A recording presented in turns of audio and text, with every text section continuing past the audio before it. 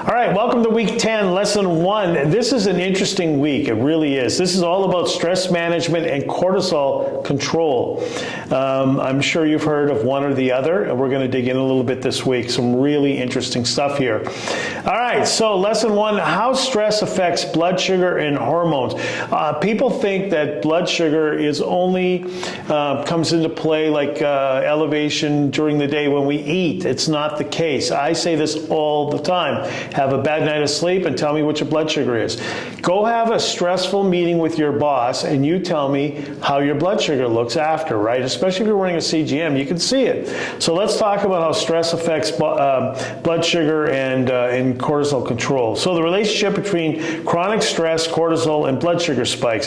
How stress keeps the body in fight or flight mode. Your body, this goes back to the caveman days, right? Fight or flight, right? But what happens when you get stressed? You either fight or you take off a running.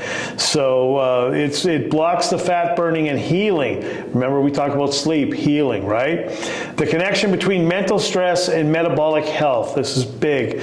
So, I talk so much about mindset and stuff. This really plays into it. So why? Chronically elevated cortisol increases insulin resistance, blood sugar, and belly fat.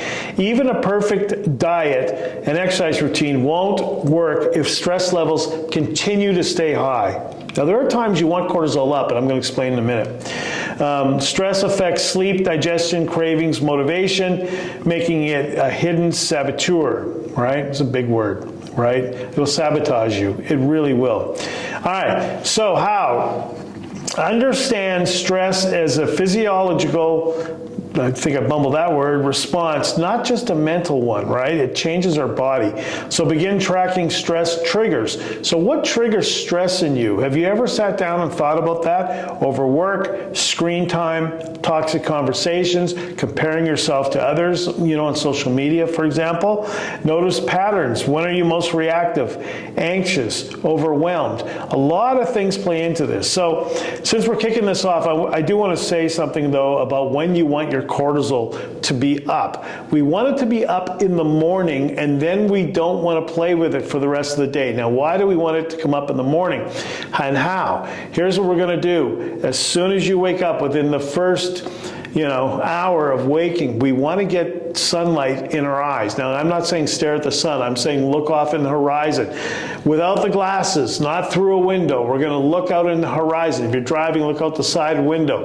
We don't want to do it through a window. Why? Because it's going to bring our cortisol up and it's going to set our circadian rhythm. So that way, let's say you get up every day, I don't know, let's just call it 7 o'clock, for example, right? You get that sunlight in your eyes early in the morning, it's going to drive up your cortisol, then you're going to cut it off. And then what happens is 10, 11 o'clock at night, you're going to be dead tired. Your internal clock is going to set because it's going to go up and then it's going to come back down. We don't want to be having bright lights in our eyes at the end of the day, driving our cortisol levels up so we can't sleep. We need the rest and healing. Last week we talked about the healing. So that's what we want to do. If there's ever a time we want cortisol to be up, it's first thing in the day, and then we want to have it gradually come down, right? We want to reduce the stress as we go along. So that's lesson 1. We have to understand and figure out what's triggering our stress. At what points in the day do we get stressful? And then we're going to talk about how we can handle that. Let's get busy.